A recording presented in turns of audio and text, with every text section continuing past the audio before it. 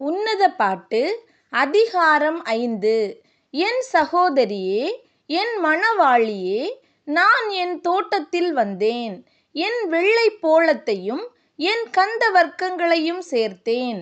என் தேன்கூட்டை என் தேனோடு புசித்தேன்.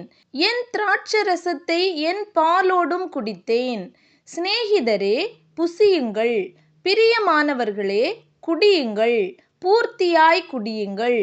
நான் நித்திரை பண்ணினேன், என் இதயமோ விழித்திருந்தது. கதவை தட்டுகிற என் நேசரின் சத்தத்தை கேட்டேன். என் சகோதரியே, என் பிரியமே, என் புறாவே, என் உத்தமியே, கதவை திற. என் தலை பனியினாலும் என் தலைமயிர் இரவில் பெய்யும் தூறலினாலும் நனைந்திருக்கிறது என்றார். என் வஸ்திரத்தை கழற்றி போட்டேன். நான் எப்படி அதை திரும்பவும் உடுப்பேன்? என் பாதங்களை கழுவினேன். நான் எப்படி அவைகளை திரும்பவும் அழுக்காக்குவேன் என்றேன். என் நேசர் தமது கையை கதவு துவாரத்தின் வழியாய் நீட்டினார். அப்பொழுது என் உள்ளம் அவர் நிமித்தம் பொங்கினது. என் நேசருக்கு கதவை திறக்க நான் எழுந்தேன். பூட்டின கைப்பிடிகள் மேல் என் கைகளிலிருந்து வெள்ளை போளமும் என் விரல்களிலிருந்து வாசனை உள்ள வெள்ளை போளமும் வடிந்தது. என் நேசருக்கு கதவை திறந்தேன். என் நேசரோ இல்லை, போய்விட்டார். அவர் சொன்ன வார்த்தையால் என் ஆத்துமா சோர்ந்து போயிற்று. அவரை தேடினேன், அவரை காணவில்லை.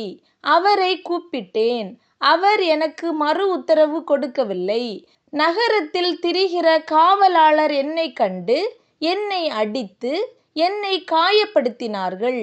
அலங்கத்தின் காவற்காரர் என்மேலிருந்த என் போர்வையை எடுத்து கொண்டார்கள். எருசலேமின் குமாரத்திகளே, என் நேசரை கண்டீர்களானால் நான் நேசத்தால் சோகமடைந்திருக்கிறேன் என்று அவருக்கு சொல்லும்படி உங்களை ஆணையிடுகிறேன். ஸ்திரீகளுக்குள் ரூபவதியே, மற்ற நேசரை பார்க்கிலும் உன் நேசர் எதினால் விசேஷித்தவர்?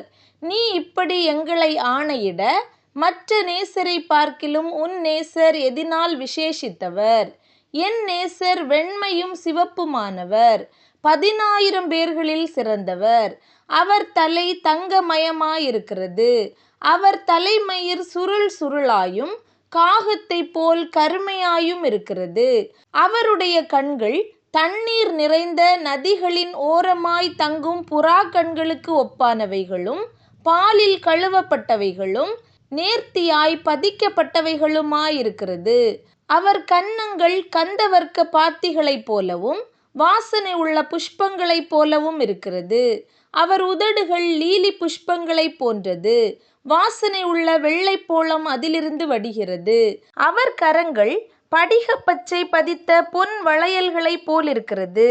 அவர் அங்கம் இந்திரநீல இரத்தினங்கள் இழைத்த பிரகாசமான யானை தந்தத்தை போலிருக்கிறது. அவர் கால்கள் பசும் பொன் ஆதாரங்களின் மேல் நிற்கிற வெள்ளைக்கல் தூண்களைப் போலிருக்கிறது. அவர் ரூபம் லீபனோனைப் போலவும் கேதுருக்களைப் போலவும் சிறப்பாயிருக்கிறது. அவர் வாய் மிகவும் மதுரமாயிருக்கிறது. அவர் முற்றிலும் அழகுள்ளவர். இவரே என் நேசர். எருசலேமின் குமாரத்திகளே, இவரே என் சிநேகிதர்.